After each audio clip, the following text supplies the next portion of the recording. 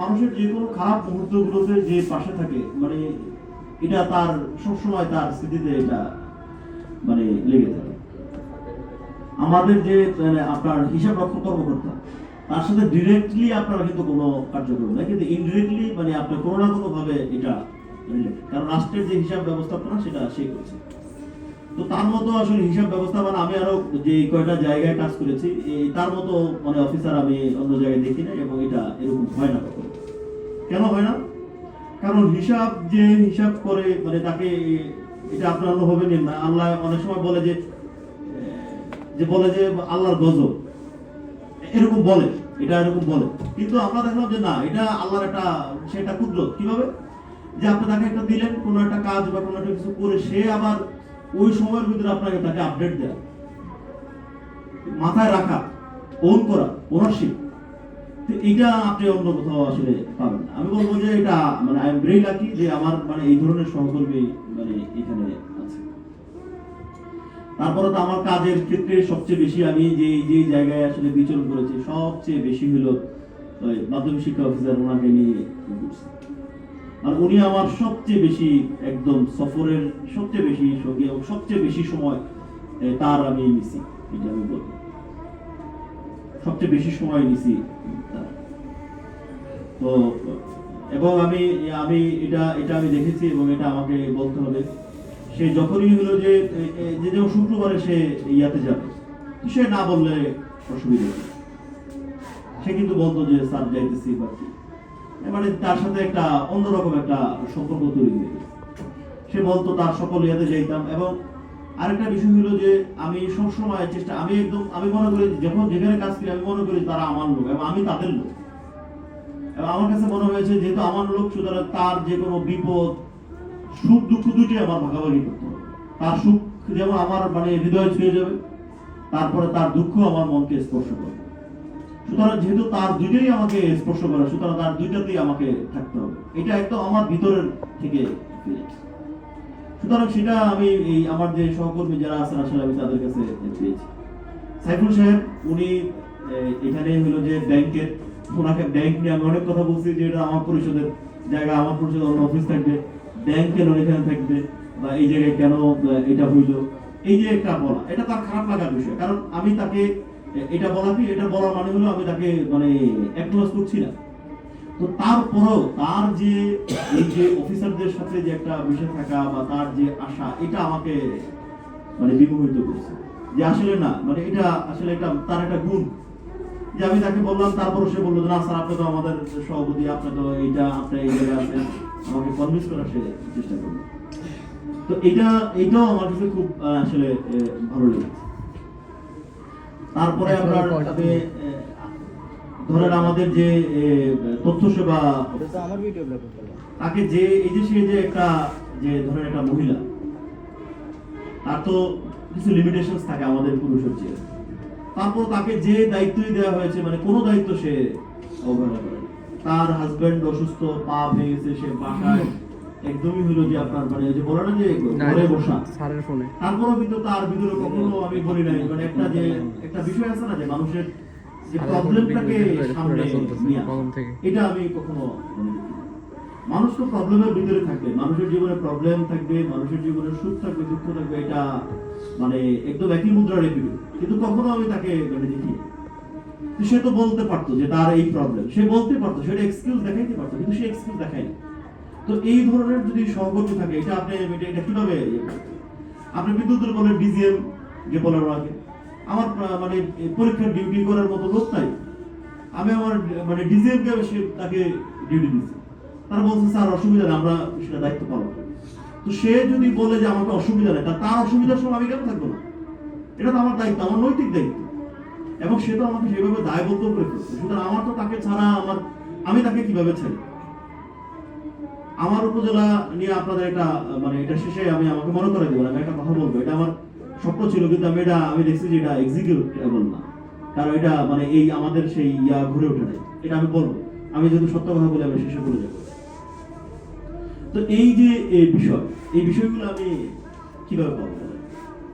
এটা যে আমার যে কার্যক্রম, আমার সবসময় আমাকে বলেন যে আমি করছি, আমি কি করছি, আমি কোথায় গেছি, আমি তো কোথাও যাই নাই, আমি তো হলো যে সব তো আমার যারা সহকর্মী যারা আছে তারাই করছেন, তারাই সব জায়গায় ঘুরছেন, আমি তো কিছু করিনি। আমি জাস্ট দিছি যে আমার চিন্তা যে আমি তো এটা করতে চাই, আমি এটা করি। রাতের বেলা আপনার পুরো উপজেলায় বিদ্যুৎ নেই, পুরো বর্ষা, মানে সেই অন্ধকার, মানে সেই ধরনের একটা, মানে কি বলবো, একটা জনহওয়া বসে, রাস্তাঘাট, এই যে গাছ গাছ আছে সব ভেঙে পড়ছে। রাত 12টা 1টা বাজে, মানে কোনো ইয়া নেই, কে এর ভিতরে পড়বে। ফায়ার সার্ভিস বললো সে হলো যে মানে রাত খেটে পুরো সারা রাত সেখানে বিদ্যুৎ আনানোর জন্য তো সে যদি আমার উপজেলার জন্য, মানে একজন অফিসার হয়ে তার কি রাত দিন নাই? তার কি মনে হয় না রাত 3টার সময় তার কি ঘুম আসে না? সে যখন তার ঘুম আমার ঘুমানোর জন্য, সে যখন তার নির্ঘুম রাত পার করে, তাহলে আমি তার জন্য কেন রাত পার করবো?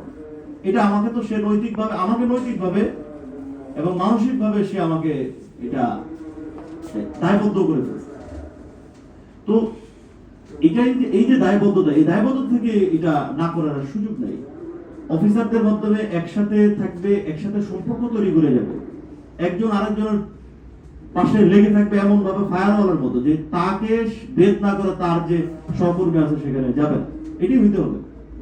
এইটা যখন হবে, এটা হবে এই উপজেলা। আমি গতকাল মনে আমার যে প্রাণী সম্পদ কর্মকর্তা সহ যে কৃষি অফিসার, মাধ্যমিক অফিসার, আমি মনে হয় বলছে এটা হলো যে এই উপজেলার সচিবালয়, এইখানকার সরকার হলো তারাই হলো যে সে এলজিডির মন্ত্রী, সে মাধ্যমিক শিক্ষা মন্ত্রী, প্রাথমিক শিক্ষা মন্ত্রী, সে স্বরাষ্ট্র মন্ত্রণালয়ের সে মন্ত্রী, সে কৃষি মন্ত্রণালয়ের মন্ত্রী, সে তথ্য অফিসের মন্ত্রী। সুতরাং সে এই উপজেলা পরিচালনা করে। সবাই যদি একসাথে একযোগে যদি ফায়ারওয়ালের মতো থাকে, এটা কোনো কিছু হবে না, সবকিছু ঠিকঠাক মতো হবে, কোনো এটার বাঁকা তারা হওয়ার কোনো সুযোগই তো নাই। সুতরাং শুধু সহকর্মী এই শব্দগতর মধ্যে থাকলে হবে না, এটাকে সহমর্মিতা নিয়ে, তারপরে হলো যে একটা যদি সহমর্মিতা যদি থাকে, যে আমি যদি পাশে দাঁড়ানোর যদি সেই মেন্টালিটি থাকে, সেই মেন্টালিটি থাকা, ইচ্ছা থাকা এবং সেটার সাথে কাজে দেখানো, সেটা যদি থাকে, এটা কোনো কিছু হবে না। বরং কাজ করার ক্ষেত্রে সকলে খুব স্মুথলি কাজ করতে পারবে, জনগণকে স্মুথলি সেবা দিতে। এখানে গাড়ির কথা বললেন আপনারা, গাছ লাগানোর কথা বললেন আপনারা, যাই বললেন না কেন, মসজিদ এই সেই কালেমা তৈবা স্কয়ার, যাই বললেন না কেন, এখানে আসলে সত্যি কথা একদম আপনাদের কাছে যাওয়ার মুহূর্তে আমি একদম স্বীকার করে যাই, এখানে জাস্ট আমার চিন্তাটুকু শেয়ার করা ছাড়া আমার সত্যি কথা আমার কোনো অবদান এখানে নাই। একদম সত্যি কথা, আমার কোনো অবদান নেই। এইখানকার গাছ লাগানো বলেন, কালেমা তৈবা স্কয়ার বলেন, এই যে গাড়িটা এই জায়গায় পুরে, আপনারা তো মনে ছবিতে দেখছেন, এটা কিছুই ছিল না, জাস্ট আমার চিন্তাটুকু ছিল যে আমি আমার সহকর্মীকে আমার চিন্তাটুকু, এটা সম্পূর্ণ যদি কৃতিত্ব কারো থাকে সেটা হলো যে এই যে এলজিডি অফিসের যে মোজাম্মেল সাহেব, একদম সম্পূর্ণ কৃতিত্ব।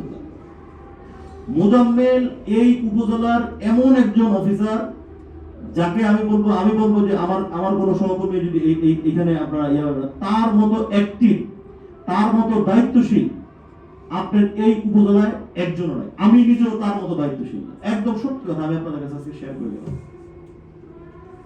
আপনারা 3000 3500 মানুষের ইফতারের কথা বলছেন। মোজাম্মেলকে আমি বলছি যে মোজাম্মেল এখানে ইফতার হবে, এখানে লোকজন রান্না বান্না করতেছে, ঢাকা থেকে গত 6 দিন ধরে তারা 4 দিন ধরে তারা সেখানে আসছে, ডিম কিনতেছে, বিষয়টা একটু খেয়াল রাখে। মোজাম্মেলকে আমি যার বলছি তুমি খেয়াল রাখো, তাহলে খেয়াল রাখা মানে তো যে বাবা তুমি ফোনেও কথা বলা, একবার গিয়ে দেখে চলে আসা, এটাও তো খেয়াল রাখা নাকি? মোজাম্মেল সেখানে রাত দিন থেকে সে ডিম কিছু হইলো, খাবার কে করছে, আপনার হলো যে এটাকে কি বলে, এই 70 জন বা 80 জন যে ছিল স্বেচ্ছাসেবক ছিল, তাদেরকে ম্যানেজ করা সবকিছু, মানে আমার মনে হয় যে সে মানে এটা মনে হয় আল্লাহ তাকে আসলে, এটা আল্লাহ প্রদত্ত দেবতা, আমি একদম এটা বলবো যে সে সেভাবে সেটা করছে। সে পুরোপুরি সেখানে পুরো সময়টা মানুষ নিজেকে, আমি বলি যে মোজাম্মেলকে দেখে আমাকে শিখতে হয় যে মানুষ নিজেকে দায়িত্বটাকে কিভাবে গ্রহণ করতে হয়, কিভাবে সে এই নিজেকে সেটাকে নিবেদিত করতে হয়। দায়িত্বশীলতা কাকে বলে, দায়িত্ব কিভাবে নিতে হয়, এটা আনবিলিভেবল। আমি একদম আপনাদেরকে যাওয়ার সময় বলে গেলাম, এটা আনবিলিভেবল, আনপ্যারালালড। আমি জাস্ট চিন্তা ছাড়া আমার কোনো কিছুই দিই নাই। 3000 মানুষের ইফতারের ক্ষেত্রে আমার এমন কোন অফিসার নাই যে তাকে আমার বলতে হইতো ভাই আপনি আসেন, আপনি একটু যান, আপনি এটা করেন, আপনি এটা করেন, এটা কাউকে বলতে। সবাই প্রত্যেকের স্ব জায়গা থেকে এক একজন, আমার মনে হয় যে এক একজন প্রত্যেকজনই এক একজন সেনাপ্রধান হিসেবে সেখানে দায়িত্ব পালন করছে। প্রত্যেক জুতোরাতা খুলে আমরা ওইখানে বসার জায়গাও পাই না। এক জায়গায় ইঞ্জিনিয়ার সাহেব, আমাদের কৃষি অফিসার সহ আমরা জাস্ট সেখানে বসেছিলাম। এই জাস্ট ইয়াতে আমার মনে হয় যে সবাই ইয়াতে বসে, আপনারা মনে হয় লক্ষ্য করছেন যে স্কুলের পাশ দিয়ে যে হেঁটে যাওয়ার জন্য যে তারা যে ওয়াকওয়ের মতো যেটা তৈরি করছে, যে সেই ওয়াকওয়ের উপরে আমি জাস্ট বসে পাটা মাঠের মধ্যে রেখে আমরা এই যে 3-4 জন যারা আছি আমরা সেখানে সেইখানে বসে আমরা ইফতার করছি, সবাই ইফতার।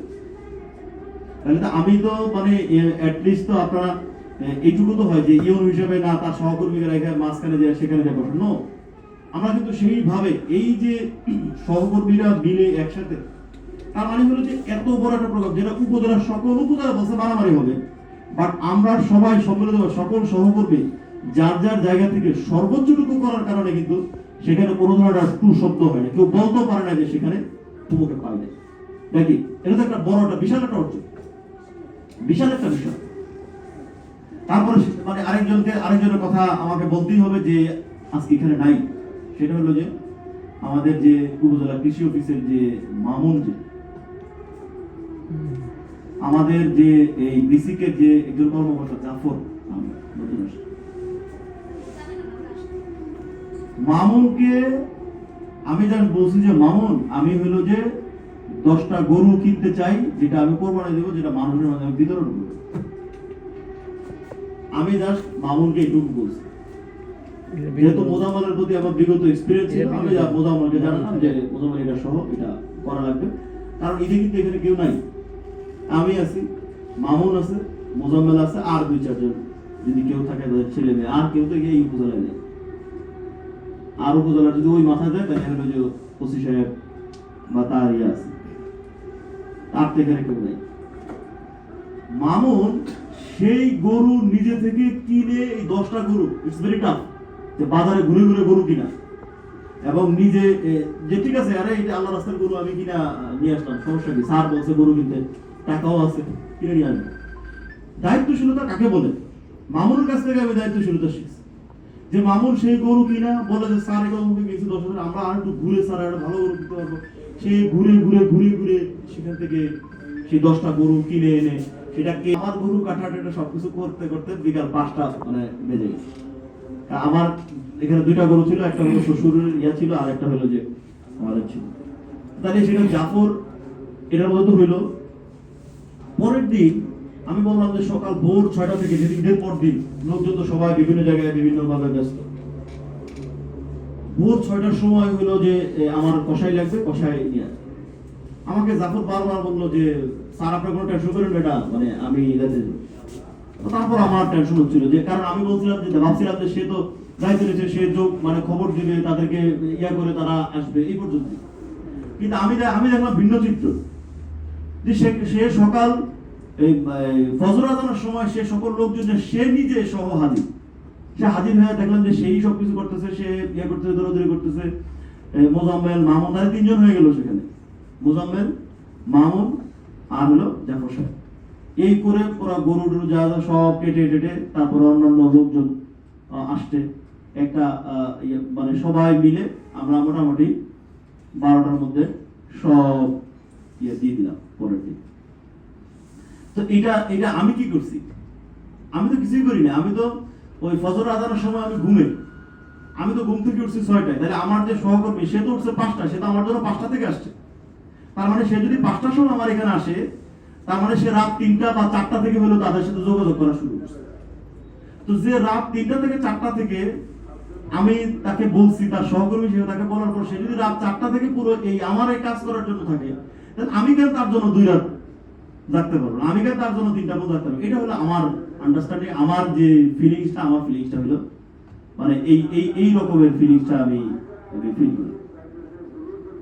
তো আমাদের যে লাইভ স্টক অফিসার যিনি আছেন তিনি হলেন আমার এই ব্যাটসম্যান, তিনি আমার ব্যাটসম্যান, তাকে আমি আগে থেকেই চিনি, তার ওয়াইফকে আমি আগে থেকে চিনি, তাদেরকে আমি আগে থেকেই চিনি। সেও মানে আমি বলবো যে অত্যন্ত সৎ এবং বিনয়ী একজন অফিসার,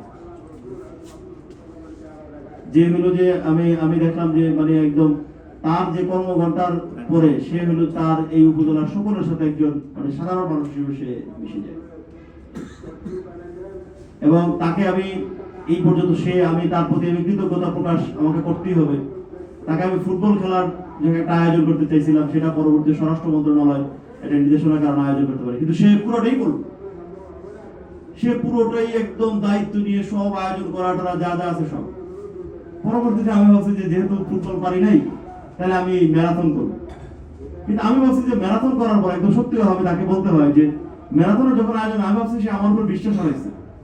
কিরকম যে আগের বার ফুটবলের কথা বলছে, এত পরিশ্রম করছে, এই বাই লসটা এত কিছু তৈরি করলাম, এখন আমার ম্যারাথন করবে, আগের বার করে নাই, এখন কিভাবে করবে? কিন্তু আমি দেখলাম সে আমার উপর বিশ্বাস হারায় নাই। সে ম্যারাথনকে যেভাবে নিচে বলার সাথে সাথে সে হলো সব কিছু মানে দৌড়াদৌড়ি করে, তার তো একটা কাজের আছে, নিজেরও তো একটা স্পেস প্রয়োজন আছে, নিজের একটা টাইম দেওয়া আছে। সে সময়গুলোতে দেখলাম যে সে ম্যারাথনের জন্য সকল প্রস্তুতি, যা যা প্রস্তুতি লাগে সকল প্রস্তুতি সে কমপ্লিট করছে। তা আমার সহকর্মী যে আমার উপর বিশ্বাস হারা না, আস্থা হারা নাই, তার আস্থা ভাঙা, এটা তো মসজিদ ভাঙার সময়, আমি এটা কিভাবে ভাঙি? আমি এটা ভাঙতে পারি না। এইটা হইল যে একটা মানে এই যে অনুভূতির জায়গাটা আসলে এইটা। আমাদের যে উপজেলা কৃষি অফিসার আছেন, এখন উনি মানে এমন একটা মানুষ, আমি তাকে বলি যে সে আল্লামা। মানে একটা মানুষ যে এই বয়সে বা ইয়াং এরকম সময় যে আসলে ধর্মকর্ম নিয়ে যে সে যেভাবে আছে, নিজে সবসময় যতটা যেটা আছে মানব কল্যাণে যেভাবে আসলে ইউটিলাইজেশন যে করা যায়, কিভাবে এটা করতে হয়, এটা সে মানে আমি বলবো যেটা তার অসাধারণ। এবং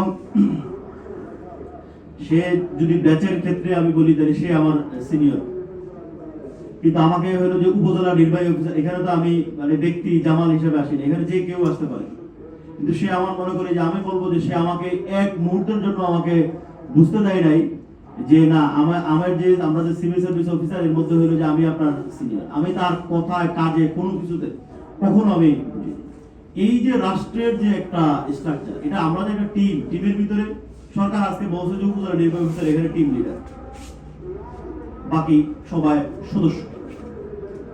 তো এই যে মানে একজনকে তো টিম লিডার বানাইতে হবে, তো সে তার জায়গা থেকে আমাকে সবসময় সে যখন ফাইল নিয়ে আসতো সে এসা বসে তারপরে একজনকে দিয়ে, এটা একটা শিষ্টাচার, এটা একটা সৌন্দর্য। এই যে এই ফিলিংস সে যে আমাকে কখনো এই ফিলিংসটা দেয় না, তার কথায় কাজে আচরণে ফেসিয়াল এক্সপ্রেশনে কখনো আমি এটা ফিল করি নাই যে না সে এখানে হয়তো ইতস্তত করতেছে বা আমি এটা কখনই সে এটা করে না। তাহলে আমি যদি এরকম সহকর্মী পেয়ে থাকি তাহলে আমার মতো ভাগ্যবান কে এখানে বলেন? আমার যে সিনিয়র মৎস্য কর্মকর্তা উনি 33rd ব্যাচে, না উনি 33rd ব্যাচে। আমার কোনো অফিসার নাই পরীক্ষার দায়িত্ব পালন করে না।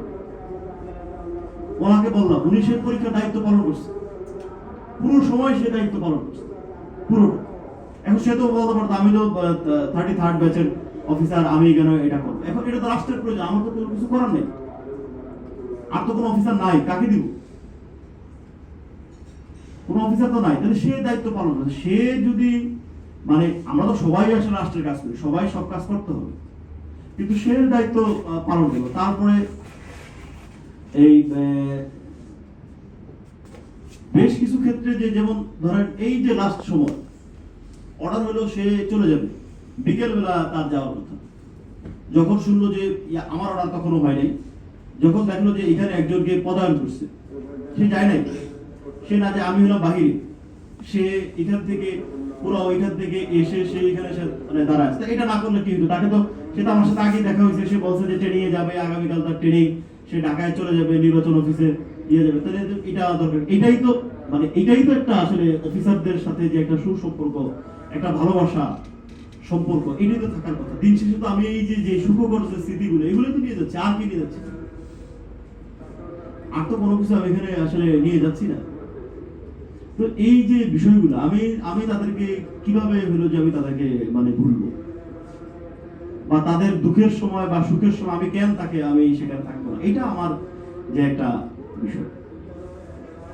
তো বলতে গেলে মানে আসলে অনেক বলা যাবে। আপনার মনে করেন যে টোকনারি বলেন, পলাশ বলেন, যখন যে দায়িত্ব দেওয়া হয়েছে তখন সেটা করছে। বকাও দিছে ওদেরকে, কিন্তু বকা জাস্ট ওই সময় সাময়িক সময়ের জন্য দেয়া, এর বাইরে আসলে মনের মধ্যে কোনো কিছুই ছিল না। আমার যে পৌরসভার যে ইঞ্জিনিয়ার যিনি আছেন, অনেক বকা দিছি তাকে, কিন্তু আবার যখন হলো যে কাজের ক্ষেত্রে, কিন্তু সে একটি মানুষ তার কর্মগুণে পরিচিত। উপজেলা ইঞ্জিনিয়ার বলছে যে না, তার যদি কর্মকাল কমও হয়, তারপর তার যে ম্যাচুরিটি আছে কাজের ক্ষেত্রে, তার যে জানাশোনা আছে, এটা অসাধারণ।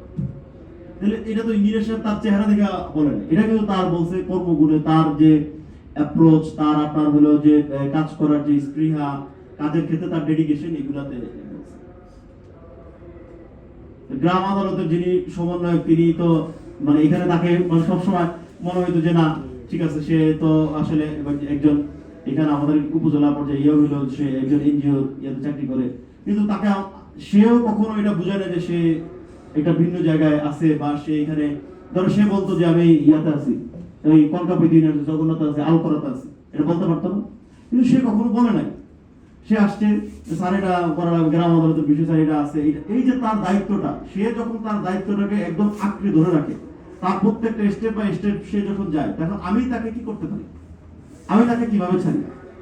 আমি তো তাকে ছাড়তে পারবো না, কারণ সে তো আমাকে ছাড়ে নাই, সে সবসময় আমার পাশে পাশে, তাহলে আমি তাকে কিভাবে?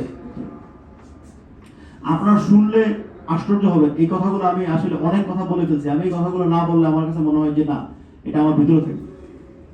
আমাদের যে সহকারী প্রোগ্রাম, তাকে বলা হয়েছে যে আপনারা জানেন যে বিগত সময় আমাদের এই রিসেন্ট একটা পূজার একটা ইয়া হয়েছে, সেখানে যে একটা মানে বিতর্কিত একটা দাড়ির বিষয় ছিল। একটা দাড়ির প্রথমেই হইলো যে সেটা খুঁজে পাওয়া গেছে। ওসি সাহেব আমাকে বললেন, স্যার আমরা সব জায়গায় গেছি, সবগুলোতে গেছি। আমি 12টার সময় আমাকে বললো যে এটা এখনই সরেজমিনে ছবি তুলে এখন সেটা রিপোর্ট পাঠাইতে হবে। আমি ডাইকার এলাম ইনস্ট্যান্ট, আমাদের যে উপজেলা কৃষি অফিসার, মাধ্যমিক শিক্ষা অফিসার, আমাদের ইউডিএফ সাহেব ডাইকার এলাম, তারা ফোন দেওয়া শুরু করলো। কিছু কিছু জায়গা থেকে যখন ফোন দিল, কিছু কিছু রেসপন্স পাওয়া গেল, কিছু রেসপন্স পাওয়া যায়। ওসি সাহেব বললো যে স্যার এটা আমরা দেখছি স্যার, আপাতত নাই, সকালবেলা আমরা দেখবো। এখন আমাকে তো ওই জায়গা থেকে বলছে, এখন ওনারাও যারা টিম যারা আছে, তারা হয়তো একটু রেস্টে আছে, বা একটু ঘুরতেছে, বা অন্য জায়গায় গেছে, বা সব জায়গায় এভাবে নেই। তখন তাহমিদকে বললো, আমাকে বললো যে আপনি পূজার নাম সহ ছবি সহ সেটা দিবেন একদম।